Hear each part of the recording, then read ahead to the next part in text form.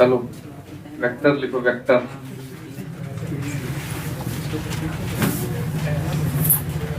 Vector हमको इसी को पढ़ाना था, इसीलिए बुलाए थे। अगर लगातार पढ़ा देते कुछ देर तो बढ़िया पाठ निकाल देते। ठीक है, सबको आता ही है वेक्टर? खत्म।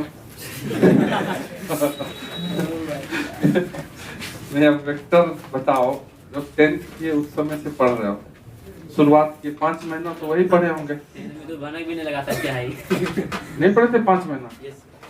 जून जुलाई तक एकदम लगे हुए हैं, पढ़ रहे हैं, मैग्नीट्यूड ही निकाल रहे हैं वेक्टर। ठीक है, जाके बाद में नुकसान समझ में आता है क्या होता है नुकसान। किसको बिल्कुल नहीं आता?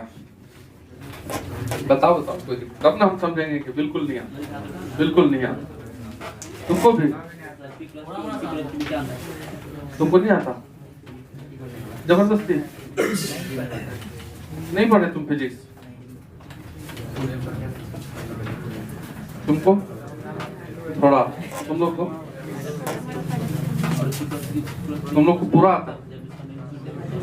पूरा बताओ तो, डर का है? तुमको आता है? अब ये दिक्कत है, अगर सभी लोग पढ़े रहते हैं तो एकदम बढ़िया क्लियर में रहते हैं।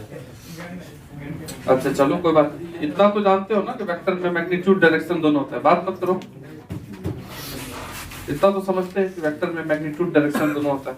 मतलब अगर हम यहाँ से चलें, अब छोटा सा बच्चा वाला चीज बता दे, फिर उसके बाद हम आगे निकलेंगे। यहाँ से चल के अगर मान लो यहाँ जाते हैं 2 3, तो अगर 0 0 से 2 3 पे जो लाइन गया है, ठीक, उसको वेक्टर फॉर्म में अगर लिखना है, ठीक, मान लो ये ए है पॉइंट, ये बी पॉइंट है, तो ए से बी को मिलाने वाला लाइन वेक्टर को अगर हमको लिखना है तो ऐसे लिखते हैं, मतलब ए से बी जा रहा, ठीक, ऊपर वेक्टर साइन दे दिया गया है, तब उसमें डायरेक्शन है कि ए से बी ही जाना है, ऐसा घूम के नहीं जाना, टहल टहल के, ठीक है, राउंड लेकर सीधा जाना है। तो इसको कैसे लिखेंगे इस वेक्टर को? तो ये सबसे पहले ये देखेंगे कि ये किस डायरेक्शन में कितना चला। तो ये जो कॉमा करके लिखा हुआ है पॉइंट, इसमें एक्स वाई लिखा हुआ है। अगर 2 कोऑर्डिनेट है तो एक्स वाई कोऑर्डिनेट है, तीसरा देंगे तब ना जेड कोऑर्डिनेट। समझ रहे बात को?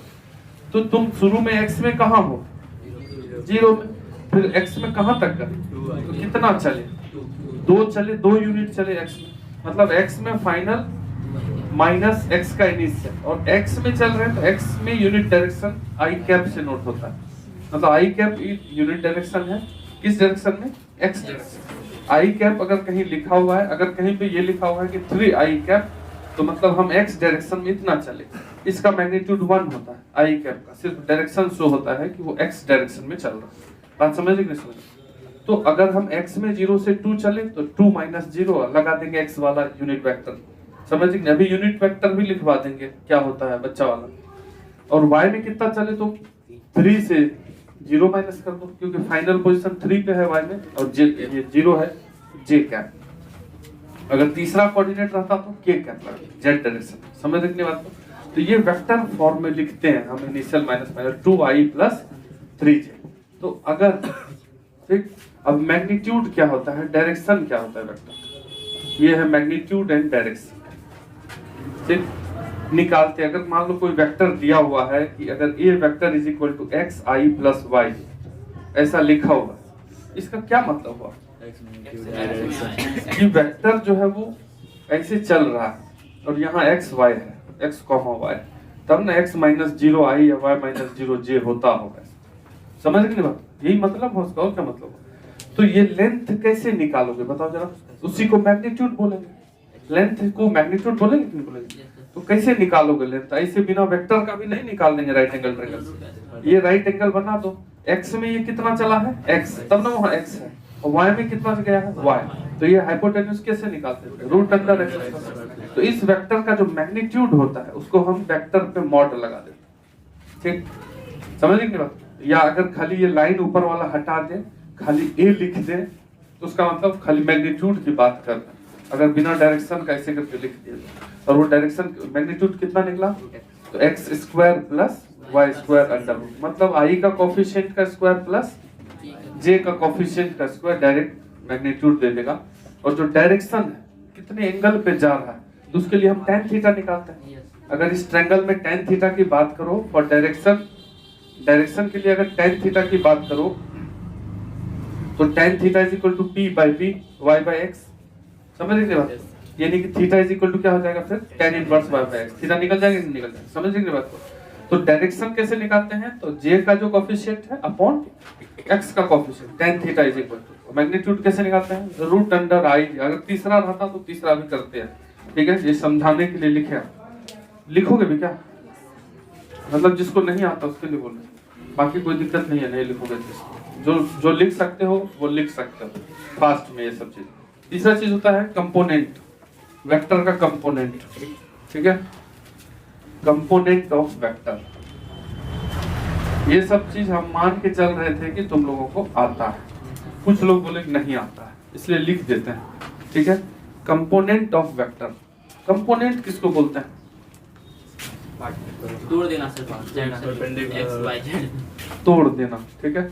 जैसे मान लो यही वेक्टर है, यहाँ जो लिखा हुआ है ये ऐसे जा रहा है डायगोनल में, मतलब कुछ पार्ट x में ही होता होगा, तो वो x कौन कंपोनेंट होगा वेक्टर का, उसका y वाला पार्ट जो होगा वो y कंपोनेंट होगा। समझ रहे हो? x में कितना चला वो x कंपोनेंट, y में कितना चला वो y कंपोनेंट होगा।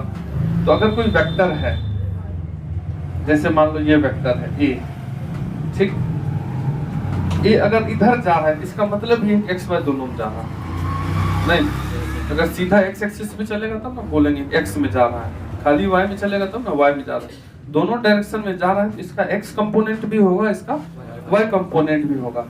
तो x कंपोनेंट इसका ये है OA, नहीं समझ में, x में कितना चला तो ऐसे वर्टिकल लाइन लेंगे तो x में इतना चला OA, फिर y में कितना चला तो OB।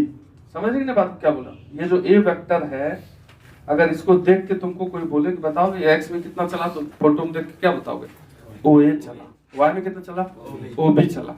तो यही OA जब निकालेंगे तो वो x कंपोनेंट होगा। तो मान लेते हैं कि थीटा एंगल पे जा रहा है, नहीं जाते वो थीटा एंगल पे, ठीक है। इस ट्रायंगल में अगर तुम cos थीटा निकालो इधर नीचे वाले ट्रायंगल में, तो cos थीटा इक्वल टू क्या हो जाएगा बताओ, OA डिवाइडेड बाय A का मैग्नीट्यूड, खाली ये लिख दे ऐसे, या तुम A मॉड लिख दो या खाली A लिख दो, कोई दिक्कत नहीं। तो यहां से OA नहीं निकल जाएगा, OA क्या निकला A cos थीटा, तो x कंपोनेंट निकला। इसी तरीके से तुम y कंपोनेंट निकालोगे तो ऊपर वाला ट्रायंगल में ये 90 माइनस थीटा हो जाएगा कि नहीं, नहीं हो जाएगा। तो 90 माइनस थीटा के लिए cos निकाल लो तुम, तो cos 90 minus theta is equal to क्या हो जाएगा, cos 90 minus theta is equal to OB base हो जाएगा डिवाइडेड बाय A H।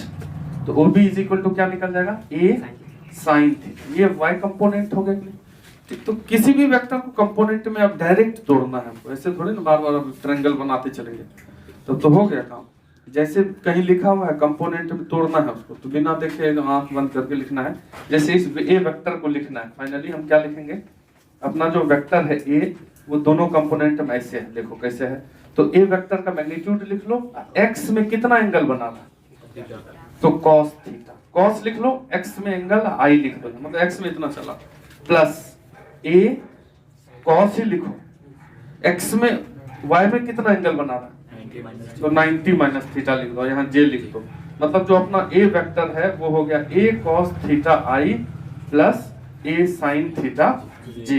करना क्या है, एक बार हम फाइनल समझ गए कि नहीं समझ गए? करना क्या है कि एंगल कितना बना रहा है, एक्स का कंपोनेंट अगर लिखना है, कंपोनेंट किसी वेक्टर का कैसे लिखेंगे, जैसे मान लो यहाँ लिखा है ये 2, इसका मैग्नीट्यूड दिया है 2, ये 2 इस वेक्टर का, ठीक है। और इसका एक्स कंपोनेंट अगर मान लो ये 30 डिग्री है एंगल, तो एक्स कंपोनेंट क्या लिखोगे तेजी में, एक्स कंपोनेंट लिखोगे 2 cos एंगल लिख लो 30, वाई कंपोनेंट कितना लिखोगे, तो 2 cos एंगल लिख लो उधर वाला 60। समझ रहे बात, ये वाई कंपोनेंट हो गया। कंपोनेंट लिखने के लिए क्या लिखना है, तो मैग्नीट्यूड जो वेक्टर का मैग्नीट्यूड है लेंथ, cos लगा दो, बस खाली एक्स कंपोनेंट के लिए एक्स वाला एंगल, वाई कंपोनेंट के लिए वाई वाला एंगल, बाकी का काम खत्म। समझ रहे ना बात, ये हो गया कंपोनेंट, ठीक। अब हम तोड़ने के लिए लिखते हैं 2-3 क्वेश्चन, मतलब हम तुमको वेक्टर ऐसे फोटो बना देते हैं, तुम उसको कंपोनेंट तोड़ तोड़ के लिख दो, बस समझ जाएंगे कि आ गया। जिसको भी नहीं आ रहा है, ये सब नहीं आता है, तो सब लजाने वाली बात नहीं है। फिर हम बोलेंगे लजाते, फटाफट नोट करते जाएंगे, नहीं आ रहा है तो अगर पूरा कॉन्फिडेंट हो तो कोई बात नहीं है, ऐसे भी लगा देंगे।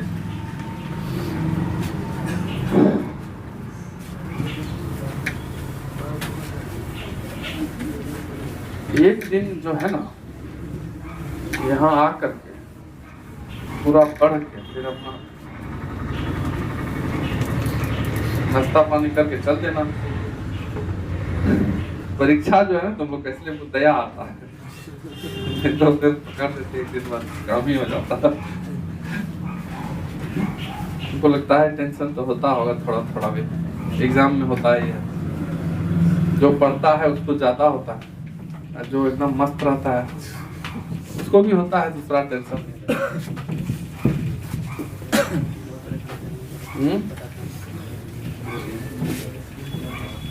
दे देना आज टेस्ट, क्या 1 घंटा 1.5 घंटा कम से कम, नहीं ले देना। 11 बजे से अभी है क्या, देखना ना क्या क्या बनता है नहीं बनता, क्या दिक्कत है।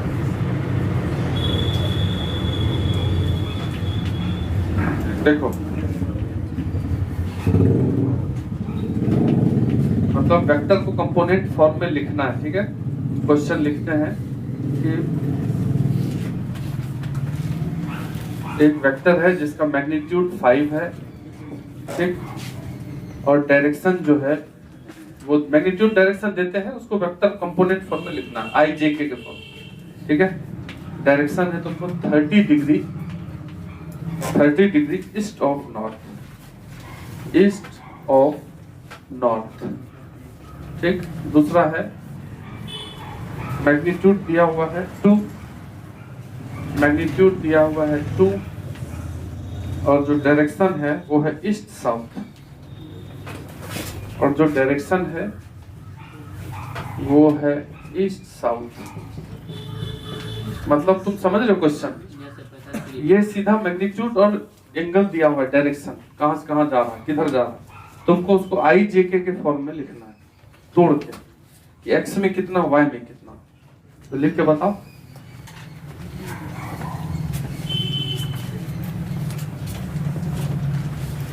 जो वेक्टर का क्लास कर लिया, मैट्रिक्स डिटरमिनेंट का क्लास कर लिया अच्छे से, डिफरेंशिएशन आता है, इंटीग्रेशन भी आता है, उसको नंबर तो बढ़िया आएगा। काय परेशान हो रहा, आसान चीज सब है, ये सब वो आसान, ठीक, नहीं फंसने वाले तो।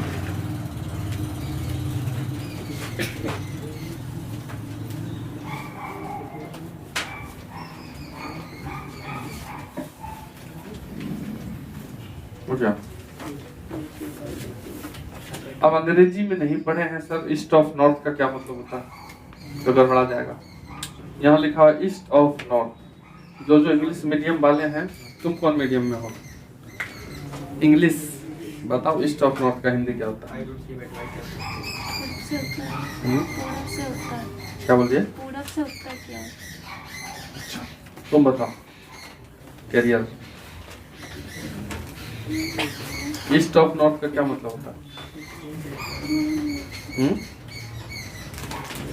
ईस्ट ऑफ नॉर्थ का मतलब पूछ रहे हैं, क्या बोलेंगे हिंदी में, क्या बोलेंगे उसको? बोलिए, कोई दिक्कत नहीं है। नहीं आ रहा है, आ रहा होगा, बोल नहीं रहा। तुम बताओ आकाश।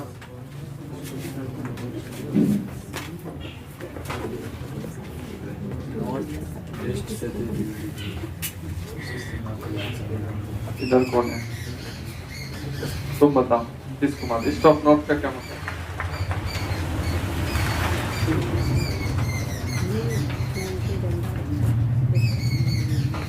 नॉर्थ से जो 30 डिग्री बनेगा ईस्ट से नॉर्थ की तरफ, सब अलग अलग बोलो।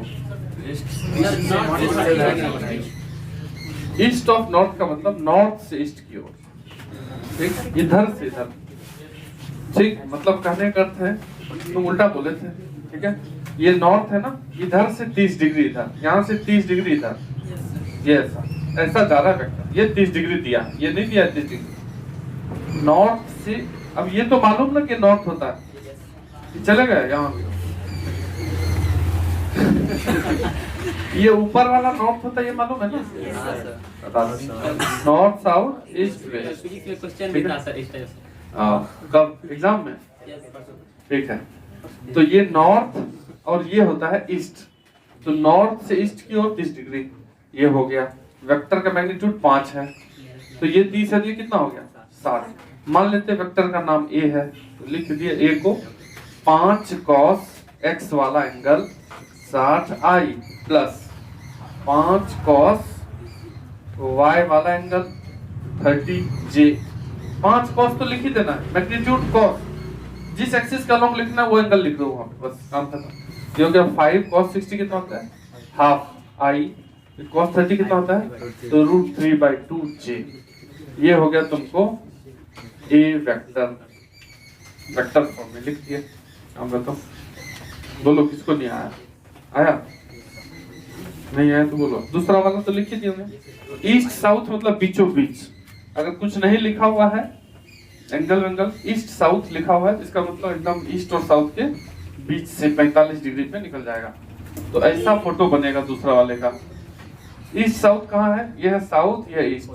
यहाँ आएगा 45 डिग्री पे, 45 बोलो। मान लेते हैं इसका नाम बी है, तो बी वेक्टर कैसे लिखेंगे? मैग्नीट्यूड है 2 cos, ठीक, एक्स एक्सिस से कितना एंगल?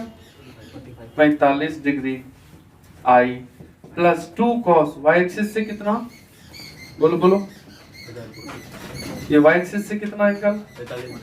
45। तो माइनस हो जाएगा क्योंकि नीचे की ओर जा रहा है, ठीक है, तो -45, ठीक, जे। समझ गए बात? ये कितना हो जाएगा? 2/√2i minus 2/√2j। तो ये कितना कट के क्या हो जाएगा? √2i minus √2j। सही लिख रहे हैं क्या? डायरेक्शन देख के माइनस प्लस भी दे देना। फोर्थ क्वाड्रेंट में है तो y तो नेगेटिव ही जाना ना, तो पॉजिटिव लिख दिए तो फिर फर्स्ट क्वाड्रेंट में चल जाएगा, तो गलत हो जाएगा।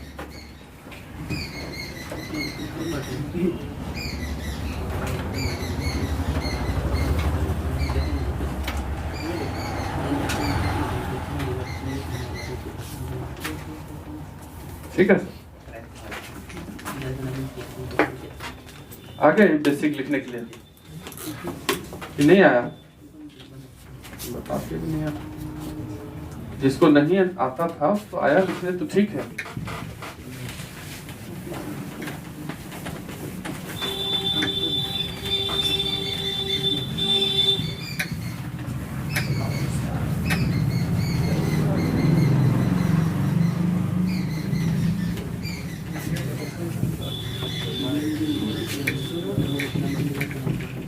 चलो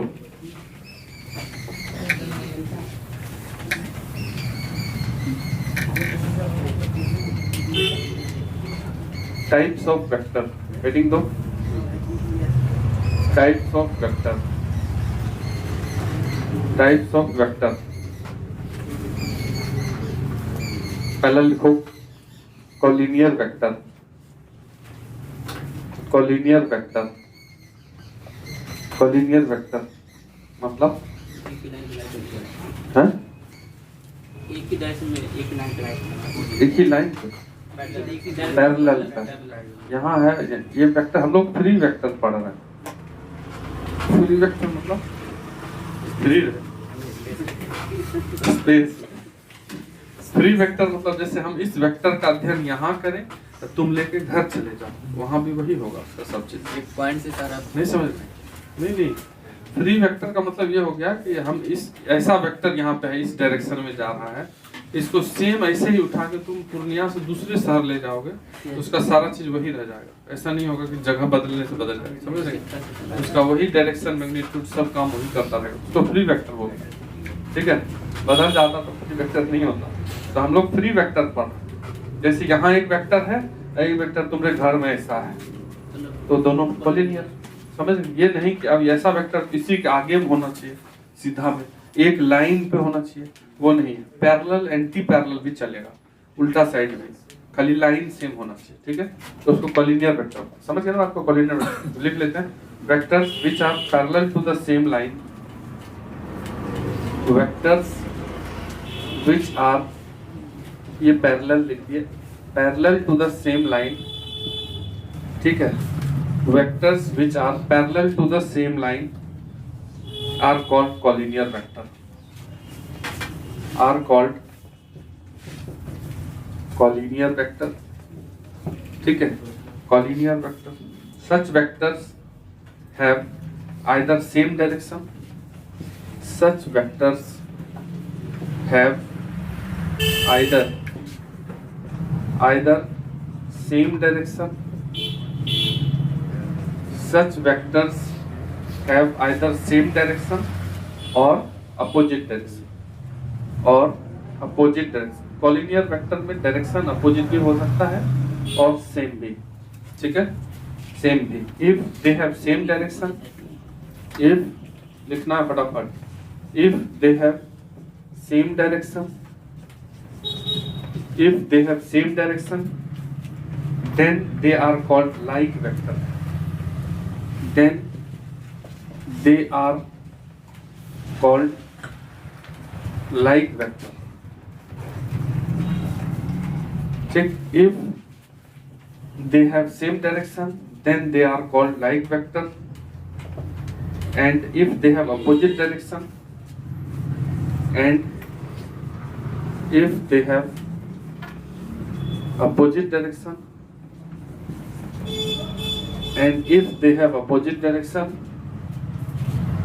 then they are called unlike vectors, then they are called unlike vectors। तो कॉलिनियर वेक्टर्स में लाइक और अनलाइक दो प्रकार के वेक्टर हो गए, समझ ना बात। जैसे मान लो कि अगर मान लो कि कोई वेक्टर है ऐसा, ये 1 तक गया है, 1,1 तक, इस वेक्टर को क्या लिख दें, मान लो b या a इक्वल टू लिख दें, चलो b लिख देंगे, b इक्वल टू क्या लिखोगे, i प्लस j लिख देंगे कि नहीं लिख देंगे। डायरेक्शन कितना, इस वेक्टर का डायरेक्शन 45 डिग्री, 1 1 x y दोनों कोऑर्डिनेट है ना, जब j का कोएफिशिएंट भी 1 y का भी 1, तो 1/1 क्या होता है 1, tan थीटा इक्वल टू क्या निकलेगा 1, तो थीटा इक्वल टू क्या निकलेगा 45 डिग्री। अगर मान लो बीच में ही हम एक दूसरा वेक्टर लिख देते हैं, यहाँ यहीं तक जाते हैं, मान लो इसको बोलते हैं half i plus half j, आधा कर दिए, तो डायरेक्शन थोड़ी बदल जाएगा, समझ ना बात। यहाँ tan थीटा निकालोगे तो हाफ बाय हाफ होगा, तो वो भी कितना आएगा 45 डिग्री आएगा। मान लेते हैं कि यहाँ से यहाँ तक, तो यहाँ से यहाँ तक वाले को नाम हम a दे देते हैं, इस वेक्टर का नाम a है, ये जो लिखा हुआ। तो तुमको यहाँ पे क्या दिख रहा है, इस फोटो में क्या दिख रहा है हमको, कि जो a वेक्टर है half i plus j, a vector को तुम क्या लिख सकते हो, हाफ b वेक्टर लिख सकते हैं। तो एक ही लाइन में है कि नहीं दोनों वेक्टर। अगर कोई वेक्टर कॉलिनियर होता है तो a b अगर कॉलिनियर होता है तो a equal to k b होता है, ये कोई कांस्टेंट है, बात समझ रहे क्या बोल रहे हो। अगर दो वेक्टर a और b कॉलिनियर होता है a equal to k b, direction नहीं चेंज होता, खाली मैग्नीट्यूड चेंज हो जाता है, बात समझ रहे। अगर ये दूसरे जगह भी उठा के a को लेके चले जाओ, यहाँ से a यहाँ से तोड़ के निकाल के इधर भी लेके चले गए, 45 डिग्री पे ही खड़ा रहेगा, सिर्फ लेंथ चेंज हो जाएगा, समझ रहे बात। तो अगर कोई दो वेक्टर कॉलिनियर है तो सिर्फ एक वेक्टर में कांस्टेंट इनटू हो जाएगा और कुछ नहीं, a equal to k b हो जाएगा, बात समझ रहे कि नहीं समझ रहे। तो नोट करके लिख लीजिए, फोटो बनाना है बना लीजिए।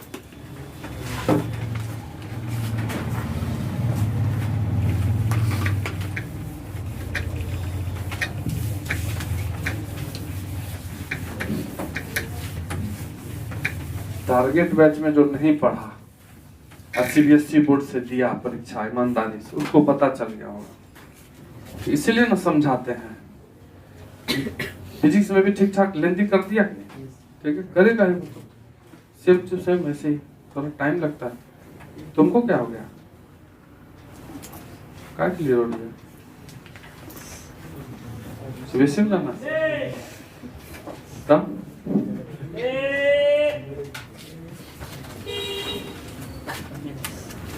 चलो लिखो, तो नोट करके लिख लीजिए।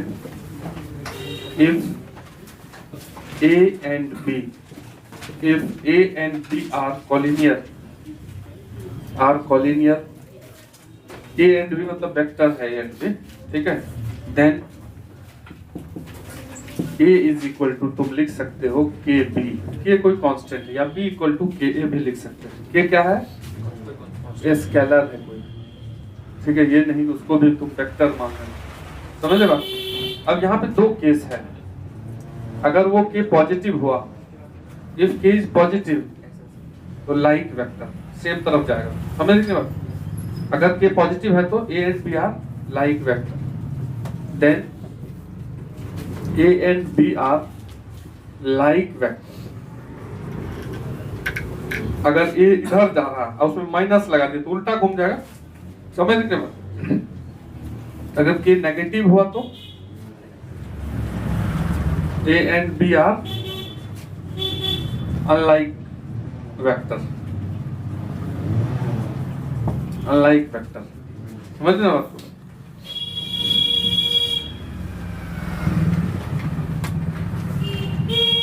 पैरेलल वाला केस भी किस में आ जाता है? कॉलिनियर में। अगर दो वेक्टर पैरेलल है तो इसका क्या मतलब है? कॉलिनियर हुआ, ठीक है। तो पैरेलल वाला लिंक करके भी क्वेश्चन तुमको आता है, इसको भी देख लो। दो चीज होता है, दो चीज तरीके से हम उसको कर पाएंगे, मतलब ऐसे करके लिख लो पॉइंट करके, relation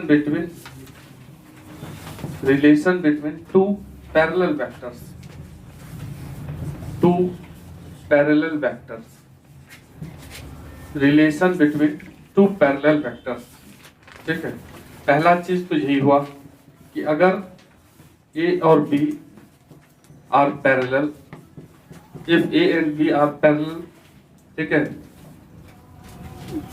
then A equal to KB, ये हो गया पैरेलल का केस। दूसरा भी चीज होता है, अगर दो वेक्टर इस प्रकार से दिया हुआ है, इफ A बराबर A1 I plus A2 J plus A3 K में भी लिख दिए, और B बराबर दिया हुआ है तुमको B1 I plus B2 J plus B3 K मतलब Z डायरेक्शन, सामने, ये हो गया X, ये हो गया Y, ये सामने Z, ठीक है, 3 डायमेंशन।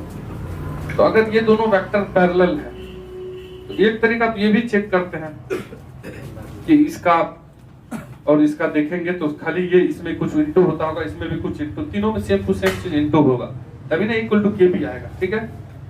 दूसरा तरीका ये भी है कि अगर ये दो वेक्टर है, वेक्टर का मतलब लाइन है, ठीक है, और लाइन अगर पैरेलल है तो क्या निकालते थे हम लोग, नहीं मतलब 10th क्लास में जो निकालते थे, दो लाइन पैरेलल होता था, A1/A2 इक्वल टू B1/B2, उससे भी निकाल सकते हो। अगर ये दोनों पैरेलल है तो हम एक केस ऐसे भी सॉल्व कर सकते हैं कि A1/B1, A2/B2 और A3/B3, ये तीनों का रेशियो सेम होगा, वहां से भी जो निकालने का होगा वो निकाल सकते हैं, समझ रहे हो। ऐसे भी तुम पिछला वाला जो एग्जांपल लिए थे उसमें देख लो, दोनों में हाफ लगा था कि नहीं, उसमें 1 था, दोनों में हाफ था, तो दोनों सामने सामने वाला रेशियो सेम आ रहा था क्या? आएगा ही, ठीक है, नहीं तो गड़बड़ा जाएगा। बोलो सर, अरे दो टेस्ट देते हो नहीं? तो डायरेक्ट एग्जाम देना बढ़िया दिन, हाँ तो मैं तो क्वेश्चन प्रैक्टिस करें। हाँ प्रैक्टिस होगा फिर।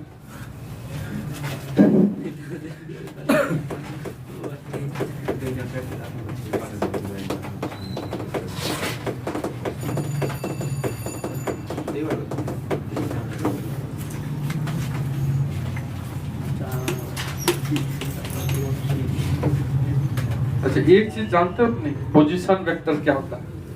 यस सर, जानते हो? Position vector in space.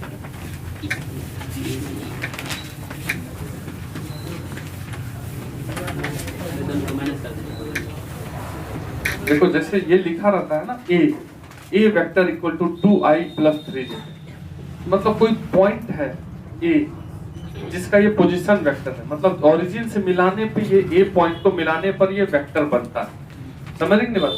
तो 2i प्लस 3j लिखने का मतलब 2,3 हुआ पॉइंट में, समझ रहे बात, तब ना वो 0 0 से मिलेगा तो 2i प्लस 3j बन आएगा, समझ रहे बात। तो अगर कहीं तुमको लिखा रहे a बराबर इतना, b बराबर 4i प्लस 3j, ऐसा लिखा हो तो ये ए का पोजीशन वेक्टर, ये किसका, बी का, ये कहीं और होगा तो ए बी का पोजीशन वेक्टर क्या होगा, ए से बी को मिलाना, ये 2,3 है ए पॉइंट, अगला पॉइंट बी क्या है तुम्हारा 4,3, ठीक, ये ए हो गया। यहां से यहां तक मिलाने वाला पॉइंट का ए बी का वेक्टर कैसे लिखोगे, तो 4 - 2 3 - 3, समझने बात, आई जे लगा दें, ठीक है। तो अगर दो वेक्टर दिया हुआ ए बी तो उस पॉइंट का पोजीशन वेक्टर हो, उन दोनों को मिलाने से जो बनेगा तो फाइनल माइनस इनिशियल करना, अगर ए बी का निकालना तो बी माइनस है, अब बी ए निकालना था तो ए माइनस बी, बाद वाला माइनस पहले वाला हमेशा। तो ये सब चीज आता होगा या नहीं आता होगा तो अभी एक बार याद दिला दिए।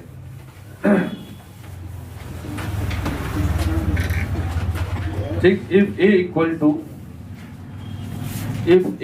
टू क्वेश्चन है 2i + 3j, if a equal to 2i + 3j, b equal to ti plus 9j and c equal to I minus j are collinear, ठीक है। Then find b। अब क्या है ये कॉलिनियर, भाई कई मेथड से बनेंगे नहीं, क्योंकि ये पॉइंट है, ए पॉइंट है 2,3, बी पॉइंट है, कई मेथड से हमको वेक्टर मेथड से बनाना बता दिए।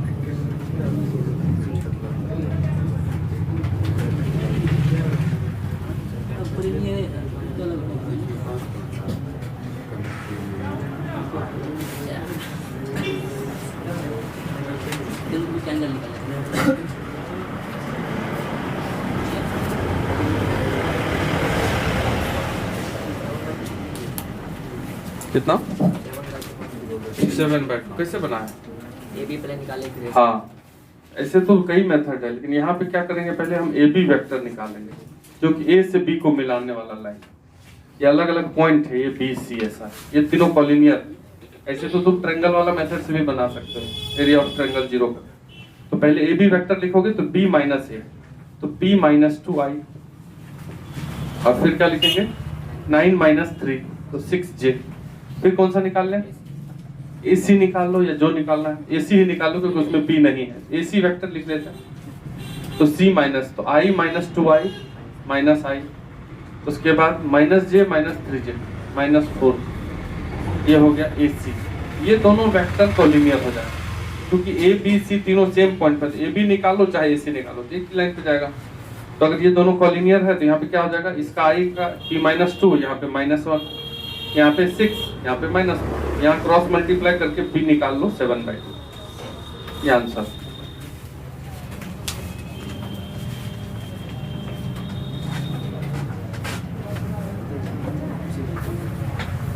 मतलब कभी भी ऐसे 3 पॉइंट अगर लिखा हुआ है, 3 वेक्टर लिखा हुआ रहेगा, तो वहां से 2 निकाल लेंगे, ए बी ए सी, और सामने सामने वाला रेशियो को डिवाइड कर देंगे, आंसर आ जाएगा।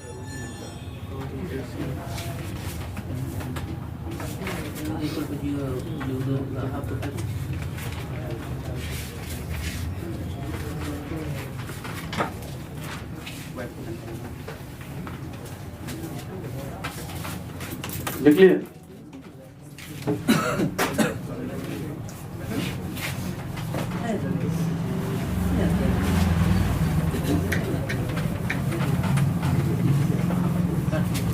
क्या हुआ? नहीं समझ में आया क्या? नेक्स्ट वेक्टर लिखो, यूनिट वेक्टर।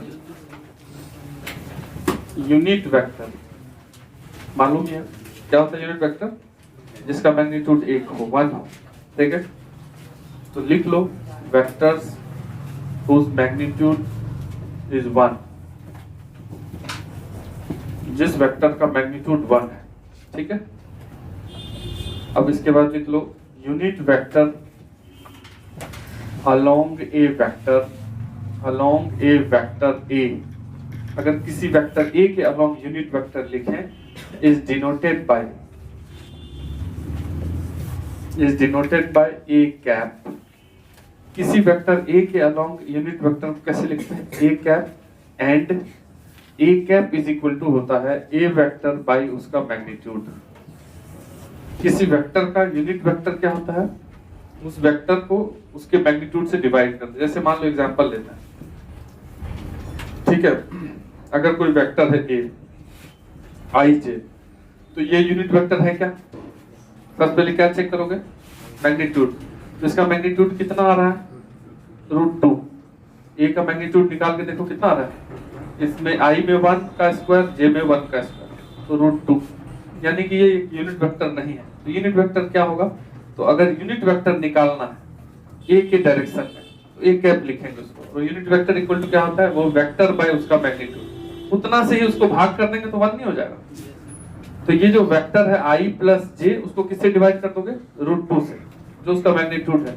ये हो गया तुम्हारा 1/√2I plus 1/√2J। Direction change नहीं होता, डायरेक्शन उसी के अलोंग में जाएगा, क्योंकि इसका भी डायरेक्शन 1 होगा, tan थीटा, यहाँ पे भी tan थीटा 1 ही निकलेगा। लेकिन मैग्नीट्यूड अब इसका तुम निकाल के रफ में चेक कर लो, इधर रफ में इसका मैग्नीट्यूड निकाल के चेक करो, तो 1/√2 का स्क्वायर प्लस 1/√2 का स्क्वायर अंडर रूट 1/√2 का स्क्वायर हाफ प्लस हाफ, 1 का रूट 1 होता है कि नहीं होता? अब आ गया कि नहीं मैग्नीट्यूड में? तो किसी वेक्टर के डायरेक्शन में अगर हमको यूनिट वेक्टर निकालना होगा, क्या करेंगे? उस वेक्टर को किससे डिवाइड करेंगे? उसके मैग्नीट्यूड से डिवाइड करेंगे, बाकी का काम हो जाएगा। ये सब हमको लगता है कि आ ही रहा था, सबको नहीं आ रहा था, ठीक है? क्या करेगा क्वेश्चन बिहार बोर्ड में या कोई भी सिंपल सा बोर्ड? ये 2 वेक्टर दिया हुआ है, मान लो if A equal to I plus 2J, B equal to 2I plus 2J, ठीक है? 2I plus 2J, find a unit vector along A plus B। A plus B के डायरेक्शन में एक यूनिट वेक्टर निकालिए, ठीक है? तो क्या करोगे? सबसे पहले A प्लस B निकालोगे, तब ना उसके अलोंग में निकालें। तो सबसे पहले क्या करेंगे हम? A plus B, A B को जोड़ेंगे कैसे? I को I से जोड़ो, तो I plus 2I 3I, 2J plus 2J 4J, ये हो गया A प्लस B। ये तो यूनिट वेक्टर है नहीं, क्योंकि मैग्नीट्यूड इसका 3 square plus 4 square under root करोगे तो 5 आ जाएगा। तो नहीं है तो फिर इसका मैग्नीट्यूड निकालेंगे, A प्लस B का मैग्नीट्यूड निकालेंगे, कितना निकला? 3 स्क्वायर प्लस 4 स्क्वायर 5।